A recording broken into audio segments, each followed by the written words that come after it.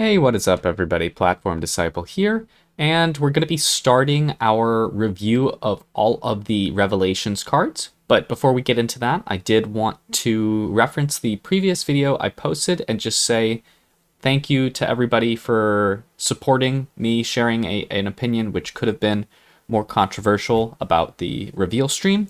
I also want to especially thank the competitive community because I definitely was a little harsh in that video, and I want to make it clear that I was not condemning the competitive community or their opinions, actually. I think their opinions are really, really important to making the game better.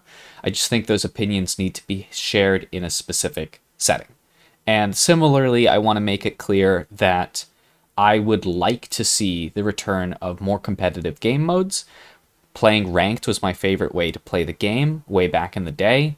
And I think that having a ranked mode serves a very strong purpose in allowing players to somewhat segregate themselves in terms of how they want to play the game. Because right now, at least for myself, I feel that sometimes I want to play kind of a higher power deck, and then I run into somebody who's just goofing around, and I feel like I'm bullying them.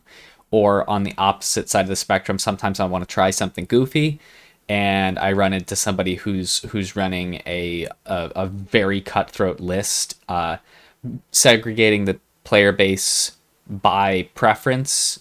What they want to do at that particular moment does have a lot of value, and just want to make sure that was clear because I'm not sure if that was obvious from the video.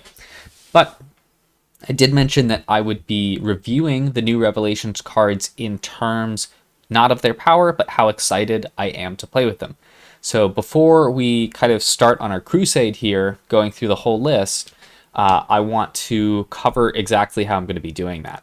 So I'm going to be basically giving the cards 1 to 5 spicy hot peppers to describe how interested I am in them.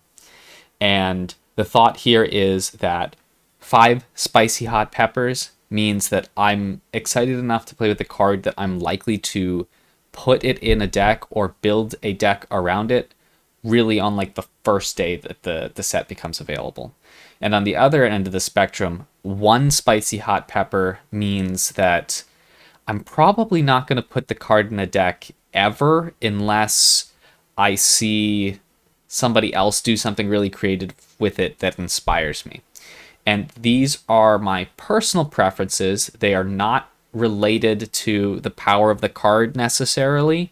And similarly, if I give a lower score on a card that you're excited about, you should feel free to continue to be excited about it, and also maybe even share with me why you're excited about it, because it could be that I'm just not connecting with how you plan on using the card, and either tell me in the comments or when the set comes out, show me in game. Let's jump into it. So we're going to go in order of factions. In the deck builder, they have the factions left to right, and I'm going in that order, which actually begins us with our factionless cards.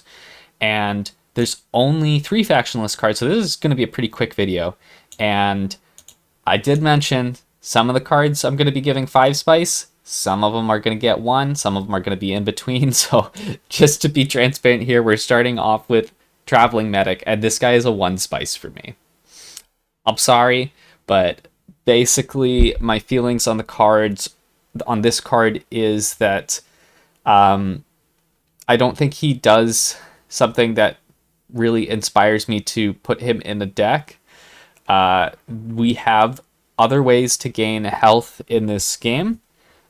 Admittedly, not every faction has access to quality health gain, but because this guy is a 1-cost character with a very poor stat line, the perspective I want to get into is at the beginning of the game, you're at full health. So if you're playing him as a 1-cost at the beginning of the game, you may not actually have really a window to gain health because you haven't necessarily taken any damage. And if you get towards the middle to later part of the game, this character is flimsy enough that he's not going to be able to stand up when there's potentially 5-cost characters on the board. So this guy's just not doing it for me. That doesn't mean that he can't do it for you, and also it doesn't mean that he doesn't have value in the game in terms of presenting a learning experience for a newer player in draft, deciding whether maybe this card's worth it as a 1-cost card, an efficient costed card. It is what it is. Sometimes cards are going to get the 1 spice. Okay, next we're going to look at Sentinel Swarmer. And for me, this is a 4 spice. Reason being is that I am always excited to see the Insectoid faction get more support. Insectoids are a faction that I think deserve more support, and I'm always excited to see something that helps them out. This card draws you a lot of cards, like maybe even too many. But as far as like, am I going to build a new Insectoid deck on day 1? Well, there's some stuff that's more exciting. The Insectoid deck, I will be updating my own version of it, but I'm not actively going to be pursuing playing insects on the very first day the set comes out.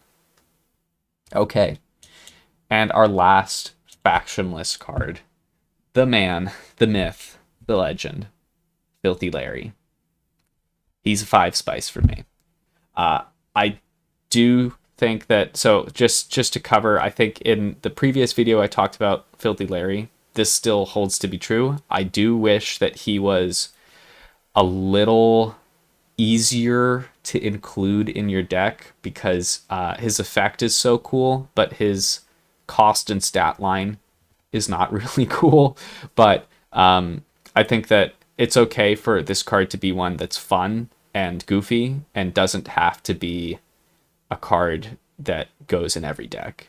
But I totally plan on trying him because he's Filthy Larry. Come on. All right. That wraps it up. That was a really quick one because we only have 3 cards here, and we'll be doing Warpath in the next video. See you all then.